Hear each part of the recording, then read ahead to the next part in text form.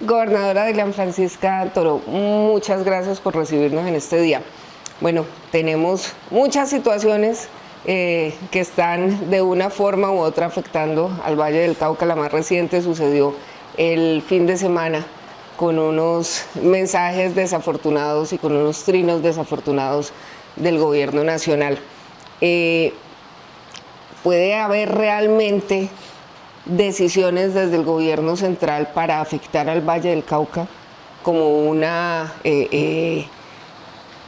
manera de presión por lo que sucedió en el Congreso con la consulta popular? Bueno, primero, pues muchas gracias por la invitación, por estar aquí hablando de este tema que me parece fundamental para la independencia, para la autonomía fiscal, para la autonomía de los departamentos y de las decisiones institucionales. Y yo creo que ese es el fondo de lo que nosotros tenemos que discutir y reflexionar. Primero, pienso que el presupuesto, tanto nacional como departamental o municipal, no es ni del alcalde, ni del presidente, ni del gobernador. El presupuesto es de los ciudadanos, es para trabajar, es para lograrse proyectos y programas que beneficien directamente a las comunidades y generen un impacto positivo en su vida. Eso es básicamente porque a veces se cree que el presupuesto es de cada gobernante y eso no es así. Entonces, el presupuesto nacional no se puede usar como una presión hacia decisiones políticas que tiene el Congreso de la República. Además, yo soy gobernadora, yo no soy ni congresista, ni voto en el Congreso, ni tengo injerencia en la bancada de un partido al cual yo pertenezco, pero yo ahora yo no soy un dinamizador político en este momento. Yo soy la gobernadora que genera políticas públicas para poder mejorar las condiciones de vida de los vallecaucanos y cumpliendo un plan de desarrollo que es el liderazgo que transforma y que lo he venido cumpliendo juiciosamente. El año pasado, el año 2024, ya llevamos el 86% de nuestro plan de desarrollo. Entonces, eso no se puede hacer porque yo considero que es inconstitucional, considero que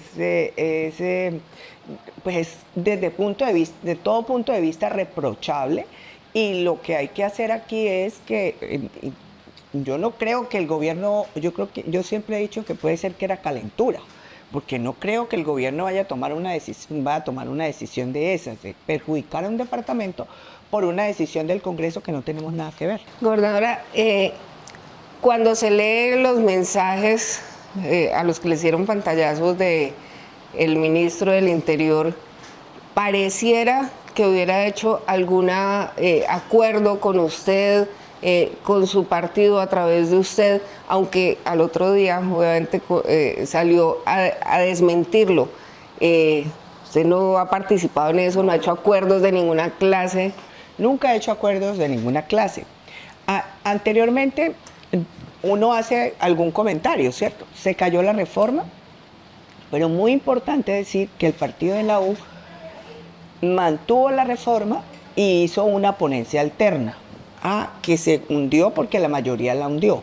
Pero el partido de la U lo que hizo fue hacer una ponencia alterna para que hubiese los derechos de los trabajadores y equilibrio con los empresarios para que se pueda seguir generando empleo formal y empleo decente, que es lo que todos buscamos. Entonces, no se puede decir que nosotros no estuviéramos buscando, o yo pues no estuviera buscando siempre el bienestar de los trabajadores, como lo dijo Petro, pues que aquí se iba a quedar gobernadora los trabajadores, sin gobernadora. Pues resulta que ese no es el hecho. Y siempre la única voz que se levanta para el derecho de los trabajadores no es la del presidente, es la de todos nosotros que hemos trabajado durante toda la vida por los derechos de los trabajadores también y de los derechos sociales de las comunidades. Lo he hecho desde que estaba en el Congreso, desde que fui gobernadora la primera vez, ahora que soy gobernadora, cuando fui presidenta del partido. Entonces, a veces las decisiones que se toman allá en Bogotá no pueden decir que es que somos nosotros que las tomamos. Ellos son independientes, son una institución independiente, y las decisiones que tomen allá no tenemos nosotros por qué asumirlas ni por qué sufrirlas en ese sentido. Entonces, pues yo nunca me comprometí. A veces, por ejemplo, le preguntan a uno, ¿qué opinan de la consulta? Pues sí, yo digo, es un mecanismo de participación que está establecido en la Constitución y eso puede ser. Pero si el Congreso revivió la reforma, ¿para qué consulta? La consulta que cuesta 800 mil millones de pesos que pueden darse para los medicamentos de los pacientes que tanto están sufriendo. Para eso debería ser. Gobernadora, perdón la interrupción, o sea, para ir ahí como en línea, o sea, que usted cree que Colombia necesita una reforma laboral. Yo sí creo que se le deben dar unos derechos, se le deben reconocer unos derechos laborales a los trabajadores. Por ejemplo, un trabajador que el día domingo no va a trabajar porque deja de estar con su familia, deja de descansar, pues tiene derecho a que se le pague el triple. Yo estoy de acuerdo, de verdad estoy de acuerdo. Entonces, hay derechos que se les deben de mantener y mejorar. Pero también debe haber un equilibrio con el tema empresarial, porque eso afecta también a las pequeñas y muy pequeñas y emprendedores que generan empleo. Entonces, pues por supuesto debe haber un equilibrio, porque nosotros tenemos que propender porque se aumente el empleo, un empleo formal y un empleo decente para la gente, que yo creo que en eso consiste una reforma laboral. Retomemos un poco lo que usted estaba diciendo antes de esto, y es, en esa consulta popular se pueden gastar 700 mil, 800 mil millones de pesos que se pueden utilizar en otras cosas. Usted hablaba ahorita de los medicamentos. La salud, que estamos tan en la deuda que se tienen con el sistema. Con los hospitales, con las clínicas, con todos. Se justifica cuando nos han dicho hasta la saciedad que hay un déficit fiscal, ¿sí? Que hay que ajustarse el cinturón, que le han recortado presupuesto a muchas dependencias, plata que se necesita. ¿Se justifica? No, por eso le digo que si ya se retomó la reforma laboral, si ya el Congreso la está estudiando, si está comprometido a sacar una reforma laboral que le sirva al país, ¿por qué tenemos que hacer consulta? Es falta de coherencia, porque entonces se discute en el Congreso y las mismas preguntas se van a hacer, incluso la reforma laboral puede salir mejor que esas preguntas que se hacen en la consulta. Entonces yo no creo que haya necesidad de hacer una consulta cuando ya se está discutiendo la reforma laboral. Estoy segura que los congresistas lo van a sacar, ojalá lo saquen. Yo creo que sí, pues están comprometidos. Entonces no le veo la razón. Y es coherencia, simplemente. Y yo creo que así fue que votó el Congreso. ¿Y usted cree que todo esto lo está utilizando el gobierno, la izquierda, como caballito de batalla para estas elecciones que se avecinan? No, pues sí, claro, porque es que al parecer han tomado todos los derechos sociales de la gente, como que si solamente los defendiera un partido o solamente los defendiera el presidente. Pero eso no es así, no es que no es la única voz, la voz de todos. Todos hemos trabajado para los derechos sociales, todos hemos trabajado para la salud, todos hemos trabajado para la educación, todos hemos trabajado para los derechos laborales. O sea, eso no es exclusivo de un partido. Los derechos sociales y la inversión social no depende solamente de unas solas personas. Eso lo hemos hecho siempre. Mire, aquí por ejemplo en el Valle del Cauca, desde el año 2016 ahora, porque es que es bueno a veces recordarle a la gente y decirle a la gente lo que se ha hecho y cómo hemos crecido, y a veces la gente no reconoce eso porque no sabe. Entonces, por decirle algo, el mejor indicador de que se ha generado inversión social es la pobreza multidimensional. En el Valle del Cauca en el 2016 estábamos en 15.8. Cuando yo me fui en el 2019 estaba en 10.5. Cuando salió Claraluz estaba en 7.2 y el año pasado bajamos un punto a 6.2. ¿Eso qué quiere decir? Que en el Valle del Cauca en estos años hemos sacado 410.000 personas de la pobreza. Ese es el mejor indicador que tenemos. Entonces uno dice, pero eso se ha venido haciendo. Y ese es un indicador donde dice la gente está saliendo de la pobreza. Otra de las cosas es la competitividad. Cuando llegué yo, pues discúlpeme que le diga, pero tengo que comparar. En el 2016 estábamos en el 7º lugar. Hoy estamos en el 3er lugar. Cuando yo me fui estaba en el 3º. Después pasó al 5º por el COVID y toda la problemática que hubo. Y ahora estamos otra vez en el 3er lugar de competitividad en el país. Y tiene que ver con el sector público y con el sector privado, porque en la competitividad se mide cuál es la diversificación, la sofisticación de nuestras empresas, que ocupa el primer puesto en el país. Y eso es un tejido empresarial que realmente ha crecido, se ha fortalecido. Hemos crecido el tamaño del mercado, por ejemplo, en turismo. En turismo, en el año 2016 era 1 millón de personas que venían aquí al Valle. Hoy vienen 7 millones de personas. Pero también en materia institucional nos fortalecimos. Fortalecimos en la parte institucional y subimos de puntaje. Nos fortalecimos en la parte económica y fiscal. Ya tenemos capacidad de ahorro. Eso pues por supuesto se ha logrado por un trabajo que se ha hecho. Hemos trabajado para que el desarrollo sostenible, por ejemplo, somos el departamento más sostenible del país con la CBC, que ha hecho un trabajo muy bueno en todos los años, pero también nos hemos unido con el sector privado y el público para reforestar cuencas, para lograr que haya una mejor sostenibilidad y un cuidado de nuestros recursos hídricos y de nuestro medio ambiente. Entonces, todas esas cosas a lo mejor la gente no las sabe, pero es importante decirlas porque sí se ha hecho un trabajo. Y a veces nosotros los vallecaucanos nos damos garrote, nosotros es mejor el otro, pero resulta que somos mejores que muchos. Y eso, por ejemplo, en pobreza multidimensional, después de Bogotá, somos el departamento que menos pobreza multidimensional tenemos. Entonces yo creo que eso también es importante decírselo a la gente, de que sí hemos trabajado. Entonces no es un partido, no es una persona, somos muchos que trabajamos para que esos resultados se puedan ver y hayamos mejorado unas mejores condiciones de vida. Volviendo al tema de consulta, esta vez se incluyeron 4 preguntas de salud. Usted que ha manejado mucho el tema de salud, ¿qué piensa de esa? Todo está en la ley. Las 4 preguntas que vi ahí, todas están en la ley.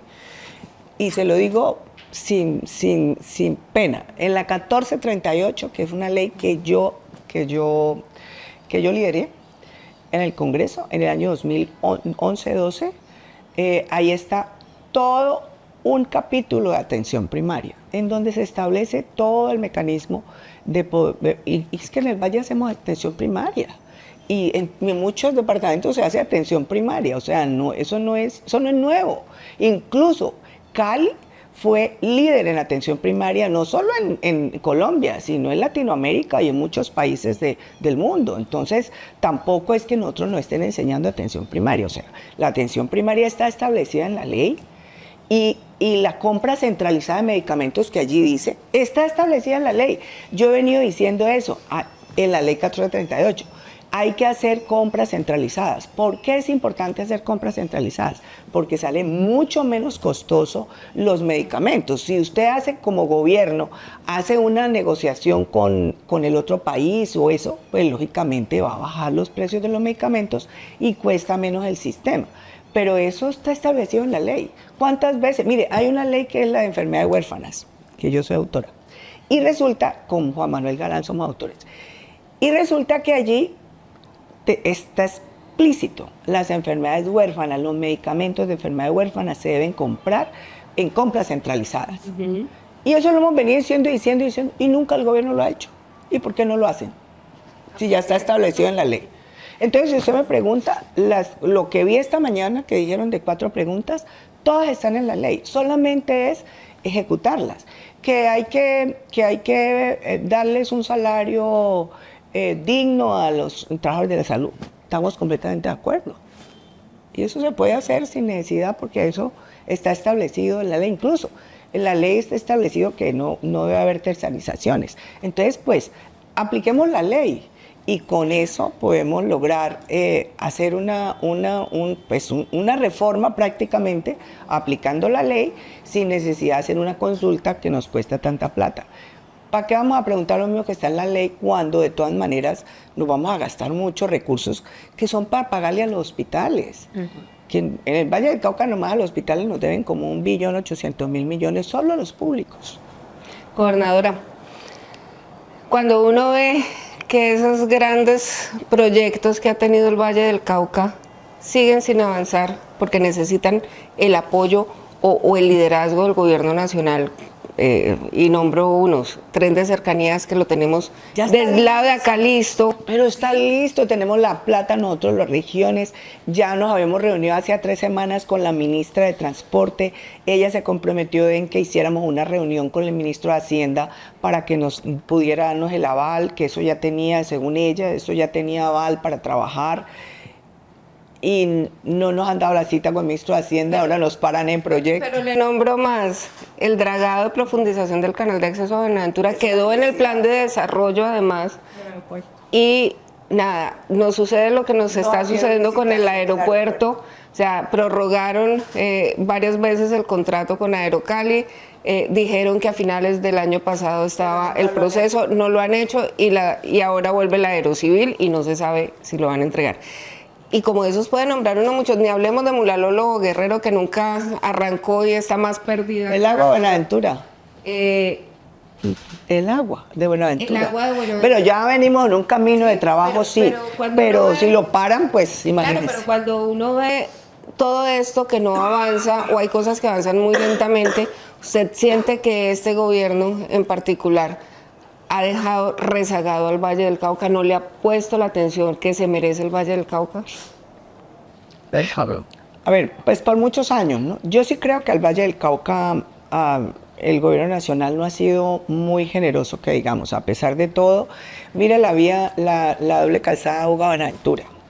La doble calzada Buga-Buenaventura, y eso de pronto muchos vallecaucanos no lo saben. Cuando yo estaba en la gobernación, y tengo que decirlo, Juan Manuel Santos nos dio unos recursos que eran de la malla vial, y eso sumaba más o menos 7 billones de pesos.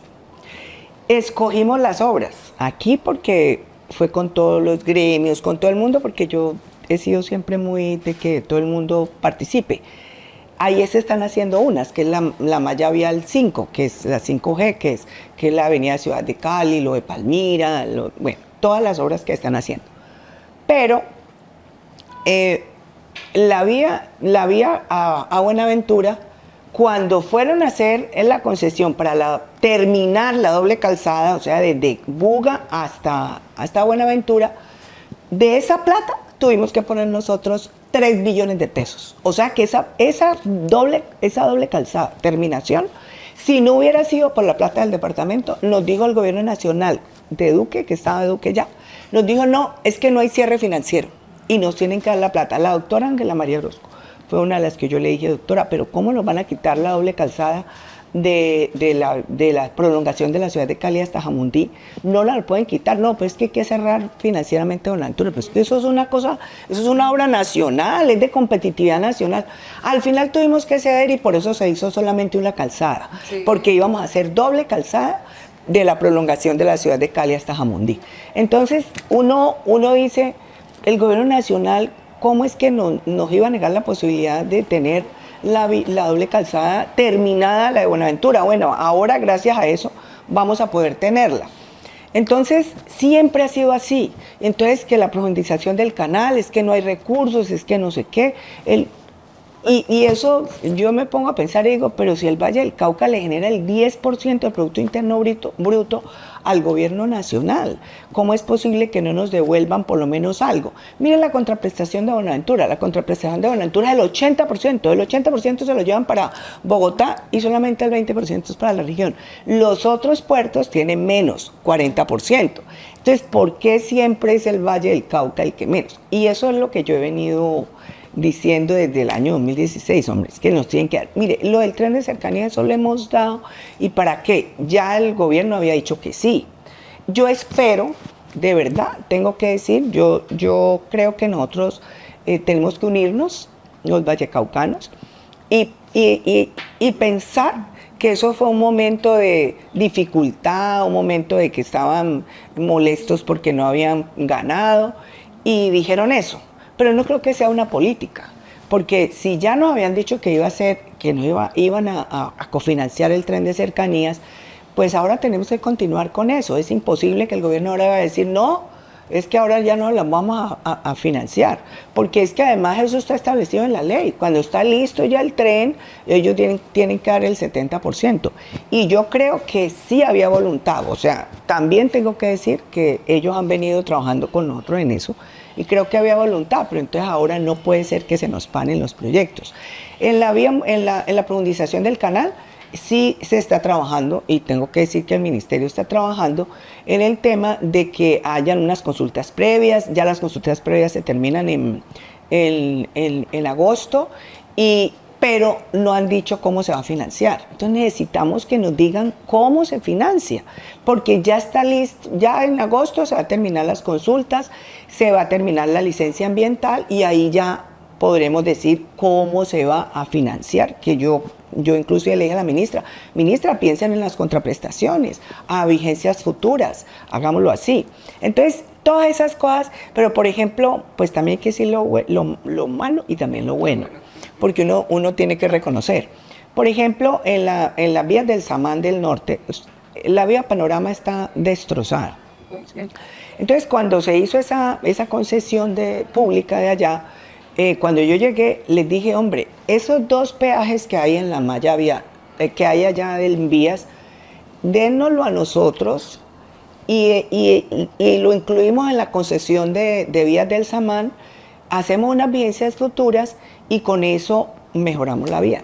Pues ya nos dijeron que sí, el miércoles. Vamos a ver si ahora nos lo paran. Pero ya el miércoles nos dijeron que sí, eso nos van a dar 13.000 millones al año. Eso, Findeter va a ser el crédito para poder mejorar ya toda la vía, que eso es una buena noticia pues para el departamento. Entonces también tengo que decir que eso sí se hizo posible, o por lo menos hasta ahora dijeron que sí.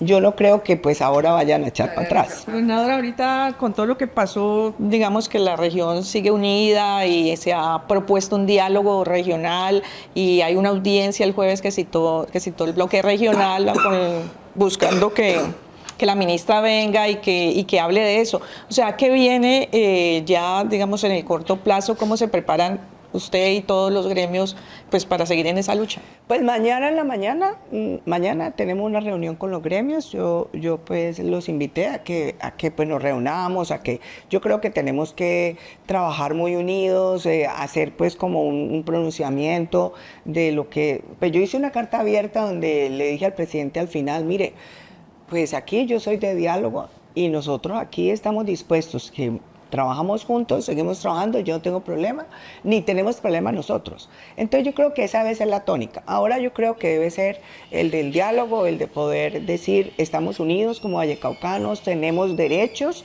y nuestros derechos son de que nos cofinancien las obras más importantes para nuestro desarrollo como departamento, como región además, y como competitividad para el país. Y creo que esa debe ser nuestra posición. Vamos a tener, yo hablé con José Luis Pérez, me dijo que el lunes ahí va a haber una bancada también, bancada parlamentaria, porque pues ahí tenemos que estar todos unidos por el Valle del Cauca, y pues esperamos, como le digo, que haya sido de calentura. Gobernadora, todos sabemos cómo golpeó a Cali y al Valle del Cauca también lo que sucedió en el 2021. Fueron 2 meses críticos para la ciudad y para la región. ¿Usted tiene de pronto temor de que se pueda repetir con todo este llamado a movilizaciones, a huelgas y demás, algo parecido? Pues mire, yo creo que los caleños y los vallecaucanos vivieron un momento muy difícil, y yo creo que ese momento difícil no lo vivió solamente los empresarios, ni lo vivieron la comunidad. Y ese es el llamado que le hacemos a la comunidad. Lo vivieron ellos también, sufrieron también. Entonces es muy importante que la comunidad también rechace ese tipo de acciones que son, que alteran el orden público, que no nos generan nada, sino más bien problemas. Nosotros podemos tener marchas, podemos salir a deliberar públicamente, se puede hacer cualquier cosa, siempre y cuando no haya bloqueos, siempre y cuando no afecten las instituciones, ni los bienes públicos, ni los bienes privados, que sea algo de decir, tienen derecho, porque la gente tiene derecho a expresar lo que quiere, pero que sea de una manera pacífica y que no destruyan lo poco o lo mucho que hemos hecho como vallecaucanos. ¿Habrá alguna preparación especial de la fuerza pública? ¿Cómo se prepara? Sí, claro, va a haber otros. Pues siempre hacemos cuando va a haber manifestaciones, eso siempre se hace como un consejo de seguridad preparatorio, en donde pues lo que se trata es de que no se altere el orden público y también los derechos humanos de la gente, que no se vaya tampoco a generar cualquier enfrentamiento violento. Por ejemplo, ayer en la Universidad del Valle me pareció pues bastante reprochable, porque ellos realmente no estaban obstruyendo las vías ni nada, simplemente estaban haciendo un pronunciamiento sobre el tema de violencia de género, y pues una persona intolerante hace ese tipo de cosas. Entonces también hay cosas que uno tiene que decir, tienen razón. Entonces aquí lo que tenemos es que respetarnos mutuamente. Los que van pues, que van a tener esas audiencias o esos cabildos, y nosotros o las otras personas que tenemos que cuidar que el orden público se mantenga. Es importante, gobernadora, ese llamado, digamos, a que la gente tenga paciencia y sobre por lo que pasó en Univalle, que es grave, o sea, que la gente ya está tomando, respondiendo. Está como muy intolerante, y tenemos que calmarnos, tenemos que lograr que este es un momento difícil, pero que en esto la única forma es con calma, porque si nos vamos a exasperar y a hacer cosas que no, la calma es fundamental.